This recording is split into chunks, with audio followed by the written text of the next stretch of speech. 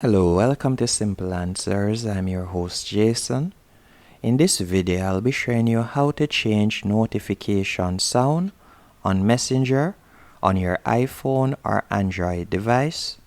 First, let's go into Messenger. Once in the app, you're going to tap on your profile pic in the top left-hand corner.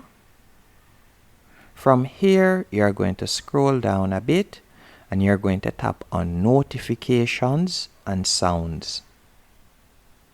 After you have done that, right below notification sounds, you will see messages and you're going to tap right there.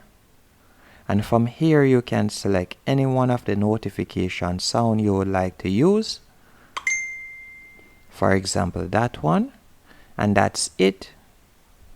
You can simply close out of the app now, and whenever you receive a notification on Messenger, this will be the sound that you will hear. Hope you found this video helpful and informative.